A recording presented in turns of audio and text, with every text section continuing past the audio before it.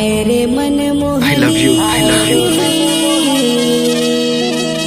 दिखते चांद टुकड़ा हाय रे मन जोगिनी दिखते चांद टुकड़ा छापा जादूकाऊ समीर के डीजे में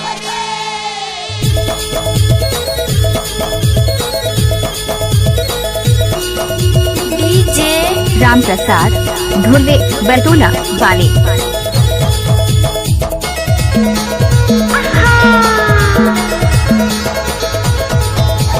नवा नवा गर्लफ्रेंड सुपट लागे रे ब्यूटीफुल चेहरा हो मस्त लागे रे नवा नवा गर्लफ्रेंड सुपट लागे रे ब्यूटीफुल चेहरा हो मस्त लागे रे दिल धड़काए दे रे भैया बनाए दे रे नवा नवा बॉयफ्रेंड सुपट लागे रे रोमांटिक टूरा है मस्त लागे ना नवा नवा बॉयफ्रेंड सुपट लागे रे रोमांटिक टूरा है मस्त लागे ना। Mix by DJ Ram Prasad बरतोला वाले।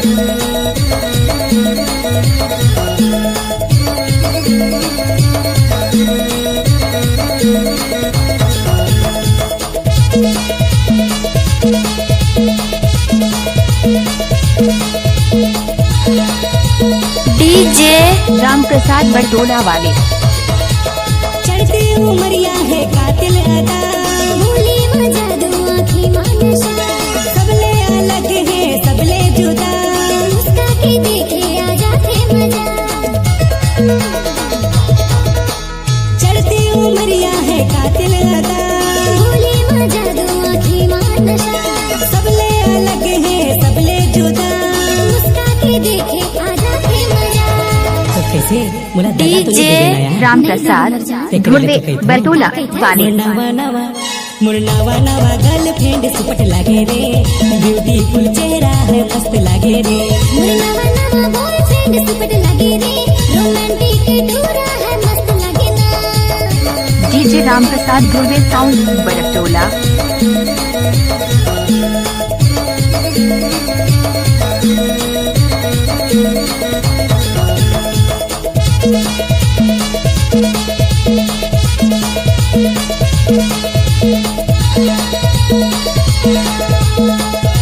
साउंड चांदरानी।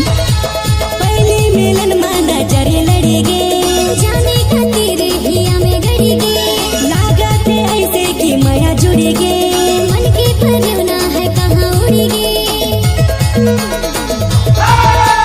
पहले मिलन माना जरे लड़ी गे जाने खातिर हिया में गड़ी गे लागते ऐसे कि माया जुड़ी गे मन के परवना है कहाँ उड़ी गे।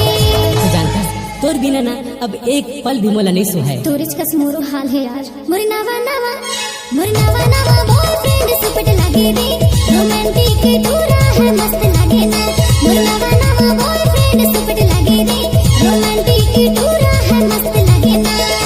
दिल धड़काए दे रे भैया बनाए दे रे मोर नवा गर्लफ्रेंड सुपट लागे रे ब्यूटीफुल चेहरा है मस्त लागे रे नवा नवा बॉयफ्रेंड सुपट लागे रे रोमांटिक टूरा है मस्त लागे ना नवा गर्लफ्रेंड सुपट लागे रे ब्यूटीफुल चेहरा है मस्त लागे रे नवा नवा डीजे राम प्रसाद ढोले बरतोला वाले।